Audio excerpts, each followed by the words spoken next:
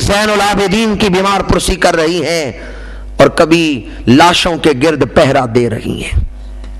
کوئی سیدہ زینب کے دل سے پوچھے کہ وہ رات کس طرح کٹی،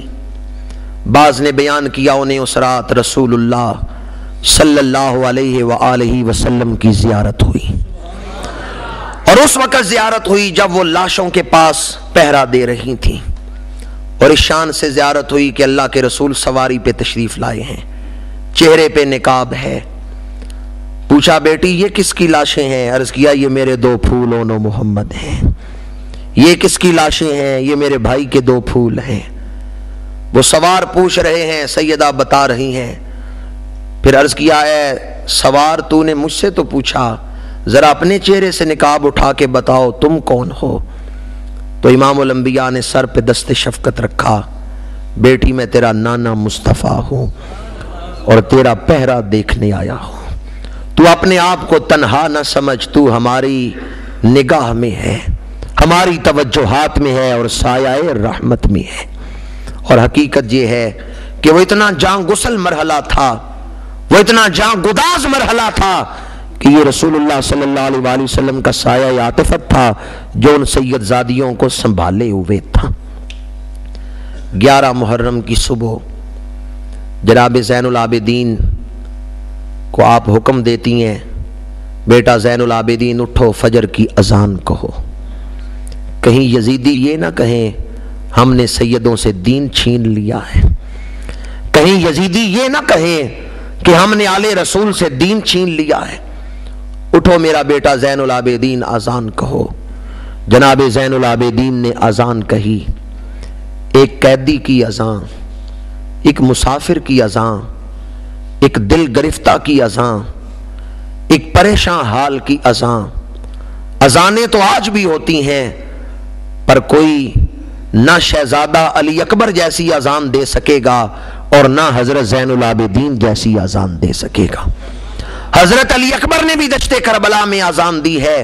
اور حضرت زین العابدین نے بھی اذان دی ہے۔ 11 محرم فجر کی اذان کس حال میں دے رہے ہیں کہ مسافر ہیں، دشمنوں کے نرغے میں ہیں، دل گرفتہ ہیں، پریشان حال ہیں، ادھر اپنے خاندان کی عزتیں پہاڑ کی اوٹ میں چھپی ہوئی نظر آتی ہیں، ادھر سسکتے ہوئے بچے نظر آتے ہیں، ادھر شہیدوں کی کٹی پھٹی لاشیں نظر آتی ہیں، اور ادھر زین العابدین کھڑے ہو کے کہہ رہے ہیں اللہ اکبر اللہ اکبر اللہ اکبر اللہ اکبر اشہد ان لا الہ الا اللہ۔ ان لاشوں کو دیکھ کے بھی کہہ رہے ہیں یہ سارے دکھ اور غم میری زبان سے اللہ کا نام نہیں چھین سکتے۔ ان غموں کو دیکھ کے بھی ابن حسین زین العابدین اللہ کا ذکر کر رہے ہیں۔ نماز فجر سے فارغ ہو کے بیٹھے ہیں کہ یزیدی آ گئے اور انہوں نے ہتھ کڑیاں لگانا شروع کر دی، پا بجولاں کر دیا، اونٹ کی ننگی پشت پہ بٹھا دیا۔ 11 محرم فجر کی نماز پڑھ کے جناب زین العابدین بیٹھے ہیں کہ آپ کو ہتھ کڑیاں لگا دی گئیں، بیڑیاں پیروں میں پہنا دی گئیں۔ یہ کوئی تلوار اٹھا کے لڑنے تو نہیں جا رہے تھے کہ ان کو اس طرح باندھا گیا ہے، مشقیں کسی گئی ہیں اور اونٹ کی ننگی پشت پہ حضرت زین العابدین کو بٹھایا جا رہا ہے۔ یزیدی خون خار درندے تھے کہ اب بھی وہ آل رسول پہ ظلم کا بازار گرم کیے ہوئے ہیں۔ پھر بیویوں کو اونٹوں پہ سوار کرایا گیا اور یہ کہتے ہوئے تو کلیجہ منہ کو آتا ہے جو یزیدی قتل ہوئے تھے ان کو یزیدیوں نے دفنایا ہے، ان کی قبریں بنائی ہیں، ان پر نماز جنازہ پڑی ہے، پر جو حسینی شہید ہوئے ہیں ان کی لاشیں بے گور و کفن پڑی ہوئی ہیں، ان کی لاشیں اسی طرح پڑی ہوئی ہیں، نہ کسی نے نماز جنازہ پڑھی ہے نہ ان کو دفنایا ہے، اور بیویوں کو سوار کرا کے قیدی بنا کے قافلہ لے کے شام کی طرف چلے ہیں۔ اس وقت ایک کوہرام بپا ہوا ہے، ایک آہو بکا جب ان لاشوں کو سرے صحرا پڑا ہوا دیکھا ہے، جب ان لاشوں کو دفنائے بغیر وہیں چھوڑ کے یہ سید زادیاں چلی ہیں تو ان کی آہو بکا بلند ہوئی۔ مورخین نے لکھا ہے سیدہ زینب نے اس وقت استغاثہ کیا ہے رسول اللہ کی بارگاہ میں امام الانبیاء کو پکارا ہے سیدہ زینب نے، واہ محمدا واہ محمدا ھذا حسین بالعرا مسمل بالدما مقطع الاعضاء واہ محمدا،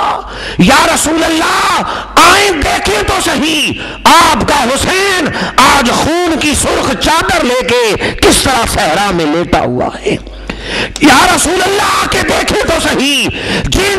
جس وجود کو آپ بوسے دیتے تھے آج کس طرح وہ حسین خون کی سرخ چادر لے کے ریت پہ لیٹا ہوا ہے، مقطع الاعضاء اور اعضاء کٹے ہوئے ہیں۔ یا رسول اللہ آ کے دیکھیں تو صحیح۔ اور ادھر جناب زین العابدین اونٹ کی ننگی پشت پہ بیٹھے ہیں، استغاثہ کرتے ہیں، ان نلت یاری حسبا یومن الى دار الحرم بلغ سلامی روزتن فیہا النبی المعتشم یا رحمت للعالمین ادرک لزین العابدین انی محبوس فی اید الظالمین۔ اے ہوا اگر میرے نبی کے شہر میں جائے تو روزہ رسول پہ زین العابدین کا سلام عرض کرنا اور عرض کرنا اے جانوروں کے بچوں پہ رحم کرنے والے نبی آج دیکھیں تو صحیح آپ کے بچوں پہ کتنا ظلم کیا جا رہا ہے۔ یا رحمت للعالمین۔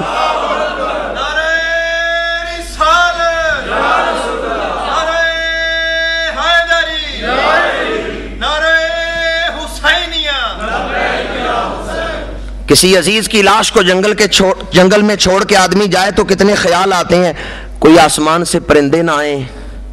جو ان کی لاش کو نقصان پہنچائے، کوئی جنگل سے درندے نہ آئیں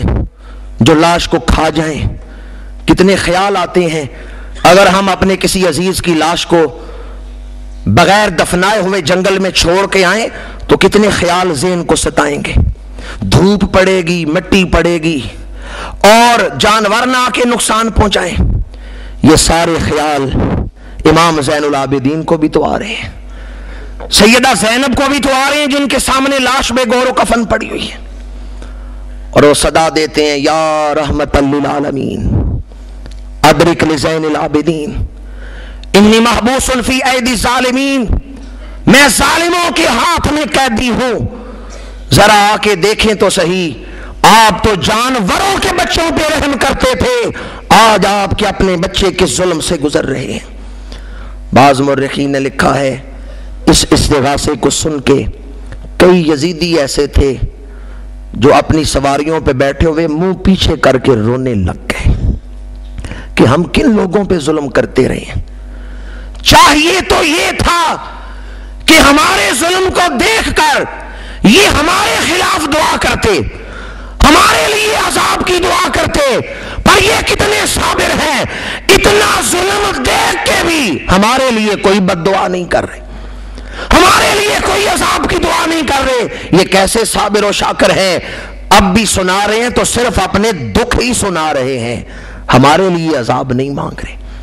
کئی یزیدی ایسے تھے سواریوں پہ بیٹھے منہ پیچھے کر کے رو رہے ہیں کہ ہم نے کن فرشتہ صفت لوگوں پہ، کن پاکیزہ صفت لوگوں پہ ظلم کیا ہے،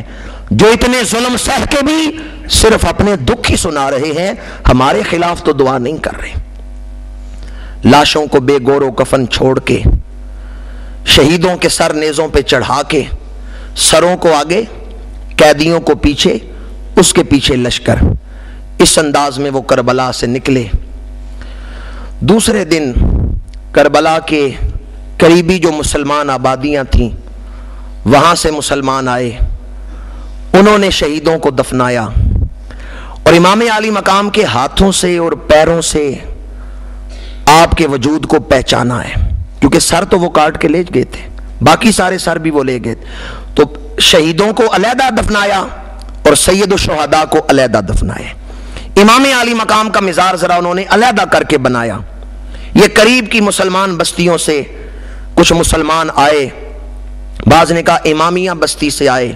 بعض نے کہا قبیلہ بنو اسد کے لوگ تھے، وہ آئے، انہوں نے آ کے شہیدوں پر نماز جنازہ بھی پڑھی ہے اور قبریں بنا کے ان کو دفنایا ہے، اور امام عالی مقام کی قبر ذرا ممتاز اور علیحدہ کر کے بنائی۔ یہاں میں اگلا سفر بیان کرنے سے پہلے امام عالی مقام کے سر مبارک کا تذکرہ کرنا چاہتا ہوں کہ امام عالی مقام کا سر مبارک کہاں دفنایا گیا، اس حوالے سے تاریخ کی کتابوں میں 4 مختلف قسم کی روایتیں ملتی ہیں۔ ایک روایت تو یہ ہے جسے شاہ عبدالعزیز اور علامہ قرطبی نے نقل فرمایا ہے کہ جب یہ سر مبارک یزید کے دربار میں پہنچا دمشق تو وہاں سے قافلہ حسینی کے ساتھ واپس یہ سر مبارک مدینہ منورہ لا کے حضرت امام حسن اور سیدہ فاطمہ الزہرا رضی اللہ تعالیٰ عنہما کے مزار کے قریب دفنایا گیا ہے۔ یہ روایت حضرت شاہ عبدالعزیز نے بیان کی۔ دوسری روایت یہ ہے کہ جب یہ قافلہ دمشق سے واپس آیا ہے تو سر مبارک کربلا لایا گیا ہے اور آپ کی قبر مبارک میں سر مبارک کو جسم کے ساتھ رکھ کے دفنا دیا گیا ہے۔ دمشق سے واپس آپ کا سر لایا گیا کربلا میں، اور جہاں آپ کی قبر مبارک بنائی گئی تھی وہیں امام عالی مقام کا سر مبارک بھی دفنایا گیا ہے۔ تیسری روایت جس کو زیادہ علماء نے بیان کیا ہے، طبقات الاولیاء میں بھی ہے، امام شارانی نے بھی نقل کی ہے، یزید کے دربار میں جب یہ سر پہنچے تھے تو یزید نے امام عالی مقام کے سر مبارک کو مختلف شہروں میں پھرانے کا حکم دیا، معاذ اللہ، تاکہ لوگ عبرت حاصل کریں کہ جو یزید کی مخالفت کرے گا وہ اس طرح شہید کر دیا جائے گا۔ اس نے سپاہیوں سے کہا کئی شہروں میں امام عالی مقام کے سر کو پھراؤ۔ اسکلان کے شہر میں، عین کے ساتھ ہے، اسکلان کے شہر میں جب امام عالی مقام کا سر پھرایا جا رہا تھا تو وہاں کا جو حاکم تھا اس نے یزیدی سپاہیوں سے امام کا سر لے لیا اور اس نے کہا اب تم شہر شہر نہیں پھراؤ گے، اب یہ سر میرے شہر میں ہی دفنایا جائے گا۔ اس نے اسکلان میں امام کا سر مبارک دفنا دیا۔ بعد میں وہاں فرنگیوں کا ایک وقت آیا کہ فرنگیوں کا قبضہ ہوا۔ اس وقت مصر میں نائب گورنر تھا صالح، اس نے 20,000 دینار فرنگیوں کو دے کے تو امام کا وہ سر مبارک لیا۔ اور محفل پاک میں بیٹھنے والوں ذرا دل تھام کے سننا، جب اسکلان سے مصر کی طرف وہ حکمران سر لے کے چلا تو اس نے اپنے پیروں سے جوتے اتار دیے اور امام کا سر اپنے سر پر رکھا ہے، ایک تشت میں رکھا ہے اور وہ تشت اپنے سر پہ رکھا ہے۔ یہ خود حکمران تھا، اپنے لشکر کو پیچھے پیدل چلنے کا حکم دیا ہے اور اسکلان سے لے کے مصر تک امام کا سر لے کے آیا ہے تو پیدل چل کے آیا ہے اور پیروں سے جوتے اتار کے آیا ہے۔ مصر پہنچا ہے تو مصر میں اس نے ایک مشہد حسینی بنوائی اور وہاں اس نے آبنوس کی کرسی، اس پہ سبز حریر کا غلاف چڑھایا،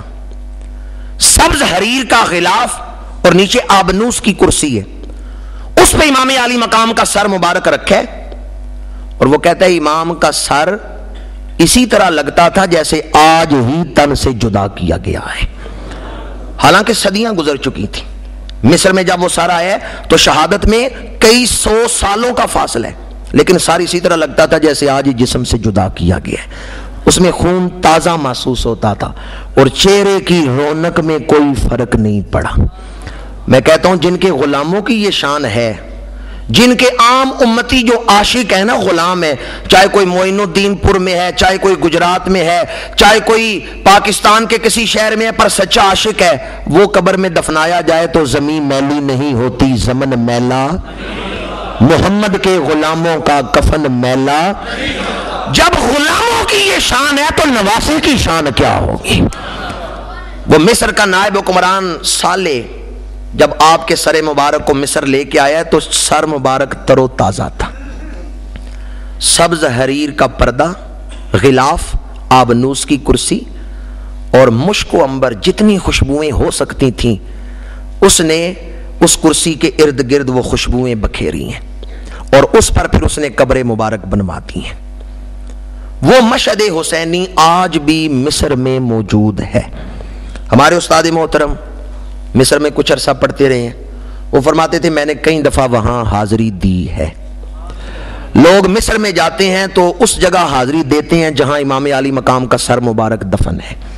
حضرت ضیاء الامت پیر محمد کرم شاہ صاحب الازہری